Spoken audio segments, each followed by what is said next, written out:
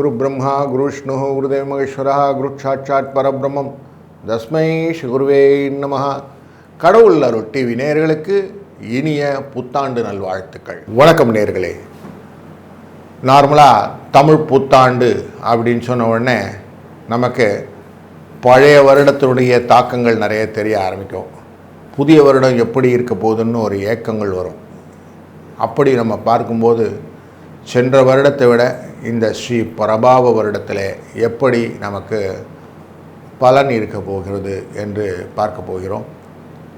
அதுலேயும் இந்த வருடத்தில் சனி பெயர்ச்சி கிடையாது, குருவின் பெயர்ச்சி இருக்குது. குருவின் பெயர்ச்சி தான் குரு கடாட்சம் கோடி புண்ணியம்னு சொல்லுவாங்க. அப்போ குரு தான் தனகாரகன்னு சொல்லுவோம். அப்படிப்பட்ட குருவினால் நமக்கு என்னெல்லாம் பலன் அப்படிங்கிறத ரொம்ப மைனூட்டாக பார்க்க வேண்டியிருக்கும்.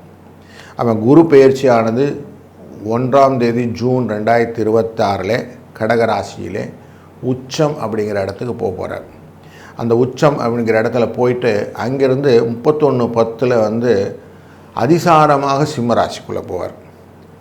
திருப்பி அங்கேருந்து ரிட்டர்ன் ரிவர்ஸில் 24 ஜனவரி 2027 அன்று திருப்பி கடகராசிக்கு வருவார். அப்போது ஒரு நல்ல மொமெண்ட்டு மிதுன கடக சிம்மம் அப்படிங்கிற 3 ராசி தொடர்புகளை கொண்டது. காலச்சக்கர புருஷத்தில் பார்த்தோன்னா 3ஆம் இடம், 4ஆம் இடம், 5ஆம் இடம்னு சொல்லுவோம். 3ஆம் இடம் தான் முயற்சி, வீரியம், தைரியம் அப்படிங்கிற இடம். 4ஆம் இடம் தான் குடும்பத்தில் இருக்கக்கூடிய அந்த வண்டி வாகனம், சுகங்கள், அன்னை, தாய் அப்படின்லாம் சொல்கிறோம் இல்லையா, இந்த சுகங்கள் எல்லாம். 5ஆம் இடம்ங்கிறது குழந்தைகள், பாக்கியங்கள், ஆசைகள், யோகங்கள், லக் அப்படின்றோம், ஃபார்ச்சூன் அப்படிங்கிறோமே, இதெல்லாம். இப்போ இந்த தனக்காரனுடைய முக்கியமான செய்கை நமக்கு புரிந்துவிட்டது. அதனால் இதையும் பார்த்து கொள்ள வேண்டும். இந்த வருடம் பிறக்கும் போதே ரிஷப லக்னத்திலே பிறக்கிறார். ரிஷப லக்னத்திலே அவர் மிருகசிரீஷம் என்கிற நட்சத்திரத்திலே இந்த கால் ஊன்றுகிறார். இந்த வருஷத்தை சூரியன் உச்சமாக அமர்கிறார் அஸ்வினி நட்சத்திரத்தில். சூரியனுடன் சேர்ந்து நமக்கு சுக்கிர பகவானும் அமர்ந்து கொள்கிறார் பரணி நட்சத்திரத்தை தன்னுடைய சுயசாரத்திலேயே. அவருடைய 3ஆம் இடமான மிதுன ராசியிலே குரு புனர்வசு என்கிற தன்னுடைய சாரத்திலே அமர்ந்து கொள்கிறார். கேது மகம் என்கிற சிம்ம ராசிக்குள்ளர அவர் அமர்ந்து கொள்கிறார் தன்னுடைய சுயசாரத்திலே. ராகு சதயம் என்கிற தன்னுடைய சுயசாரத்திலே அமர்கிறார். கூடவே சந்திரனும் சதய நட்சத்திரத்தில் அமர்ந்து கொள்கிறார். உத்திரட்டாதி என்கிற சனி பகவானுடைய இந்த ராசிக்குள்ளர ராசி கட்டமான மீன ராசிக்குள்ளர சனி பகவான், செவ்வாய், புதன் 3 பேருமே உத்திரட்டாதியிலே அமர்ந்து கொள்கிறார்கள். இப்போ பாருங்கள், சுயசாரத்திலே அமர்ந்தவர்கள் ஜாஸ்தியாக இருக்கிறாங்க. அப்போ தன் காலங்களை கரெக்டாக செய்யக்கூடியதாக இந்த கிரகங்கள் இருக்கும் அப்படிங்கிற இண்டிகேஷனை கரெக்டாக நமக்கு சொல்லிட்டாங்க.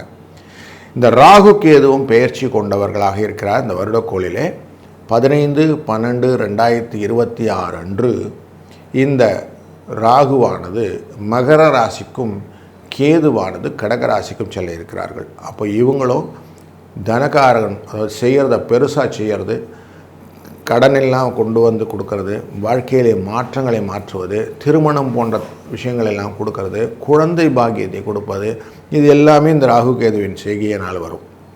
அப்போ இதுவும் முக்கியமானது ஆயிட்டதுனால இந்த ஸ்ரீ பராபவ வருடத்தினுடைய பலனை ஒரு ராசிக்கும் டீட்டெயிலாக பார்க்க வேண்டியதாகிறது. வணக்கம் தனுசு ராசி நண்பர்களே. இந்த ஸ்ரீ பராபவ வருடம் உங்களுக்கு எப்படி இருக்க போகிறது என்று பார்க்க போகிறோம். சென்ற வருடமான ஸ்ரீ விஸ்வவாசு வருடத்திலே குரு பகவானானவர் உங்களுடைய நேரடி பார்வையில் இருந்து உங்களை பார்த்து கொண்டிருந்தார். கலத்திரத்தின் மூலம் சுகங்கள் கிடைத்து கொண்டிருந்த சூழ்நிலையிலும் உங்கள் ராசியினுடைய 2ஆம் இடமான குடும்ப தன வாக்குஸ்தானத்தை தன்னுடைய கண்ட்ரோலில் வைத்து கொள்ளக்கூடிய சூழ்நிலையை நீங்கள் எதிர்பார்த்து கொண்டிருந்த சனி பகவானானவர் 4ஆம் இடத்திலே அமர, முயற்சி ஸ்தானத்தை குரு பகவான் பார்க்க, உங்கள் ராசியினுடைய லாபஸ்தானத்தை குரு பகவான் பார்க்க, உங்களுக்கு ஓரளவுக்கு அப்படி மேனேஜ் பண்ணிக்கிற மாதிரி ஒரு சூழ்நிலை இருந்துச்சு. இப்போது இந்த வருடக்கோளான இந்த குரு பகவான் மிதுன ராசியிலிருந்து கடக ராசிக்குள்ளே வருகிறார். இவருடைய இந்த மூமெண்ட்டானது உங்களுக்கு அடிஷ்னல் பெனிஃபிட் என்னன்னாக்கா, குடும்பஸ்தானத்தை அவர் பார்த்துக்கிறாரு, வீண் செலவுக்கான விஷயத்தையும் அவர் பார்த்துப்பார், விரயஸ்தானம் என்கிற விருச்சிக ராசியும் பார்த்துடுவார். அப்போ அவர் கண்ட்ரோலில் இந்த கிரகங்கள் இந்த ராசிகள் வந்து விடுகிறது. அப்போது உங்களுக்கு குடும்பத்தின் மூலியமாக சுப செலவுகள் வருவதற்கான வாய்ப்புகள் உண்டு. நல்ல திருமண நிகழ்வுகள் உண்டாகும். சுப செய்திகள் சுப விரயங்கள் நிறைய இருக்கும். நிறைய திருமணம் ஆகாதவர்களுக்கு திருமணத்துக்கான பிராப்தம் இருக்கிறது. அது மட்டும் இல்லை, பயணங்கள் மூலியமாக நிறைய செலவுகள் உண்டு. வெளிநாட்டு வர்த்தக தொடர்புகள், வெளிநாட்டு பயணங்கள், இதுவுமே குடும்பத்துடன் சென்று ஒரு பயண செலவுகளை ஏற்படுத்த போகிறீர்கள் அப்படிங்கிற இண்டிகேஷன் தெரியுது. இந்த குருவின் கடகராசி பயணமானது 4ஆம் இடமான மீனராசியையும் பார்க்க போகிறார். அங்கே ஏற்கனவே சனி பகவான் இருக்கிறார். குடும்ப தன வாக்குஸ்தானத்துக்கு 3ஆம் இடத்துக்கு உரியவரை பார்க்கறனால நல்ல விஷயங்கள் எல்லாம் கையெழுத்தாகும். வீடு மனை வாகனங்கள் உங்கள் பேரில் டிரான்ஸ்ஃபர் ஆகிறதுக்கெல்லாம் நிறைய வாய்ப்புகள் இருக்குது. வெற்றிக்கான வழிகளை நிறைய பயன்படுத்தி கொள்ளலாம். இந்த பீரியடில் 1/6/2026 31/10/2026 வரைக்கும் இருக்கிற இந்த 4 மாதம் நல்லா இருக்கு. 31ஆம் தேதியிலிருந்து சிம்மராசிக்குள்ளர அதிசாரமாக குரு பகவான் செல்கிறார். சிம்மராசியிலே சென்று உங்கள் ராசியே நேரடியாக பார்க்க போகிறார். இப்போ ராசியை நேரடியாக பார்ப்பது மட்டும் இல்லாமல் 3ஆம் இடமான முயற்சி ஸ்தானத்தை பார்க்க போகிறார்.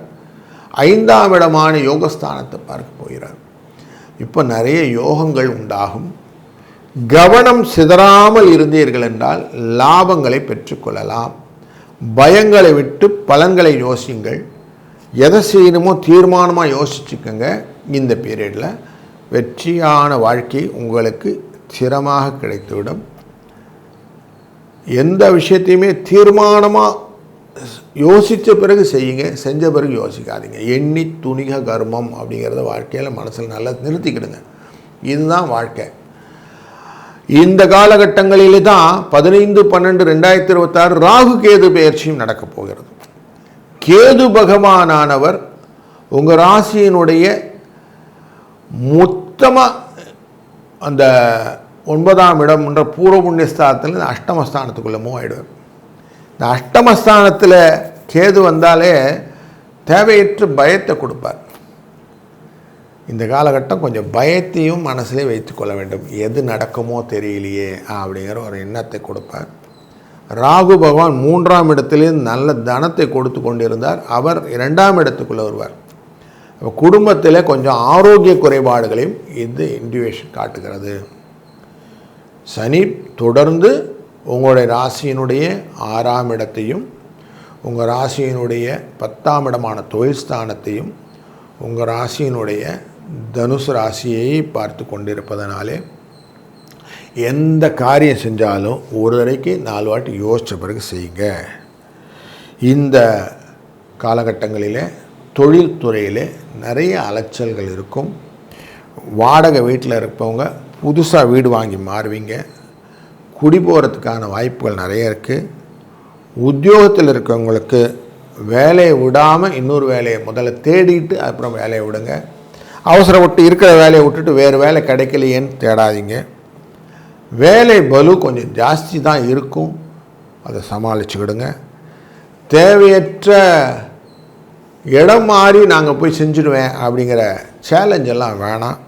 இருக்கிற இடமே சுகம்னு உட்காந்துருங்க. பண விஷயத்தில் கொடுக்கல் வாங்கலில் கொஞ்சம் எச்சரிக்கையாக இருந்துக்கிடுங்க. கடன் வாங்கிறதையோ இல்லை கடன் கொடுக்குறதையோ முடிஞ்ச வரைக்கும் அவாய்ட் பண்ணிவிடுங்க. நண்பர்கள்கிட்ட சின்ன பிரச்சனைகள் இருக்கும்போதே சால்வெண்ட்டை கொடுத்துருங்க. பொது இடத்துல முக்கியமாக அந்த வண்டி வாகனங்கள்லாம் ஓட்டிகிட்டு போகும்போது வாக்குவாதம் செஞ்சு சண்டை பிரச்சனைகளை ஏற்படுத்தி கொள்ளாதீர்கள். தினசரி கொஞ்சம் வாக்கிங் போகிறது, பிரிஸ்க் வாக் அப்படின்னுவோம், அப்படி வாக் போயிட்டு வாங்க. ஸ்கூல் படிக்கிற இல்லை காலேஜ் படிக்கிற உயர்நிலை பள்ளிகளில் படிக்கக்கூடியவர்கள் அக்கறையுடன் படித்தால்தான் மார்க் வாங்க முடியும். கொஞ்சம் நல்லா பாடுபட்டு பணத்தை சேர்க்கிற மாதிரி இந்த மார்க்கை சேர்த்துக்கிடுங்க. அதுதான் உங்களுக்கு சௌகரியமாக இருக்கும். இந்த வருடம் நீங்கள் முடிந்தால் வீட்டில் நவக்கிரக ஹோமம், ஆயுஷ் ஹோமம் இதெல்லாம் பண்ணுறது நல்லது. அப்படிலாம் முடியாது சார், நமக்கு அதெல்லாம் சரியாக வராது சார்னிங்கன்னா அவசியம் ஒரு விநாயகர் படத்தை வைத்து கொண்டு காலையிலே அவரை கும்பிட்டுடுங்க. விநாயகரின் அந்த விக்னம் அப்படிங்கிறது நீக்கக்கூடிய விநாயகர்னால் எந்த காரியங்களும் தடையில்லாமல் செவ்வனே செய்வதற்கு மனச்சிந்தனையை கொடுப்பார் அப்படிங்கிறது தெரியுது. அதனால் இதை பண்ணுங்கள்.